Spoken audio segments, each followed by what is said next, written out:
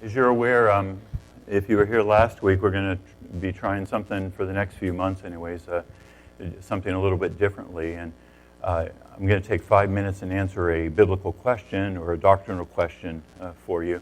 So I wanted to mention to you again that if you want to put your questions in the red book there, and that way your question can come up and we can answer it. Or if you want to send me an email, that's fine, however you want to do it. The question we're going to be dealing with today, and then we'll move on into our worship service and all, but is the question of the hardening of Pharaoh's heart. And somebody was asking about that idea, since we're going through the book of Exodus here, about God hardening Pharaoh's heart. Now, I'm not going to deal so much with the issue of the sovereignty of God versus free will and all that, but just to say this, that as you look through the passages that talk about Pharaoh hardening his own heart, or God hardening his heart, there are 14 references to the hardening of Pharaoh's heart. 7 of them are Pharaoh himself hardening his heart. 7 of them are God hardening his heart. And so they're very balanced. And this is the way you see all of Scripture, is that the sovereignty of God is one of the huge themes in Scripture. God is the hero. God is in charge of everything. And yet at the same time, human beings make their own choices, and they're responsible for their own choices. And somehow the Jewish people never saw, what we seem to see, this huge, contradiction between the two, because it's not a contradiction. It's just something which is beyond us and beyond our understanding in some ways. So on the one hand, God is in charge of everything, and every event happens from him. Even the rolling of a die, it says, comes up and it's the Lord. On the other hand, we make our own choices, and God doesn't force us one way or the other about that, and we're responsible for our own choices. And yet, even those choices are under the sovereignty of God in some way. So that's kind of the way that is. But I wanted to give you an insight into the hardening of Pharaoh's heart that almost nobody knows and understands. And that's this, that there is an Egyptian background to the idea of the hardening of Pharaoh's heart. And it brings out so much more in the text of what we're seeing. If you could go ahead and put that up there, I have a slide for you.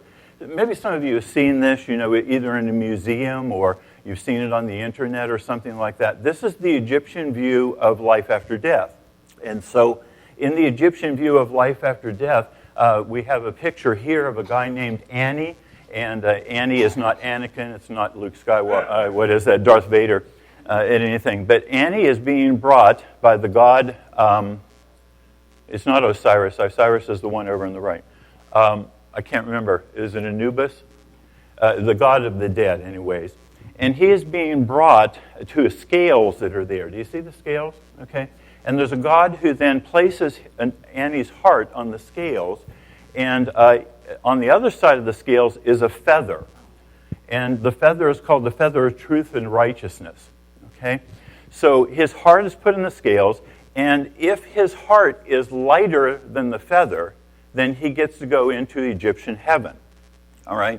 If his heart isn't lighter than the feather, then there's a dog-like god down there, a jackal-like god that devours his heart, and then he goes into the Egyptian version of hell.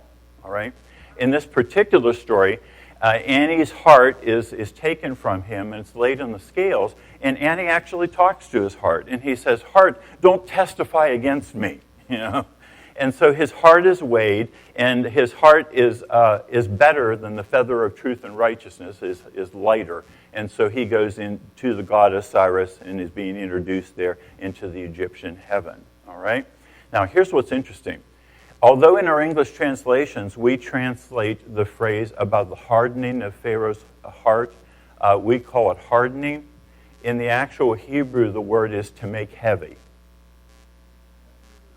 All right, so get this. When Pharaoh, is told by God to let the Israelites go, and he makes his heart heavy, what he is in fact doing is sinning against truth and righteousness. And so he's making his heart heavy. God then responds to, in other situations, by making his heart even heavier, showing that he has sovereignty over Pharaoh and his heart. Now, the other piece of this puzzle is that in Egyptian mythology, Pharaoh is considered a god, and he does not go through weighing the scales of the heart. In fact, he's the one who judges the weighing of the scales of other people's hearts. And so what this is doing is, it's a polemic, it's a way of turning Egyptian mythology on its head, really, and saying, Pharaoh is not a god, Pharaoh is not righteous. God alone is God and sovereign and righteous, and he alone is the only sinless one. And Pharaoh is just a mere human being who cannot stand against the true God. Do you catch what's going on here? So, for what's worth, there's 5 minutes, okay, on that. Let's go ahead and we'll have our call to worship, and then we'll open with a song here.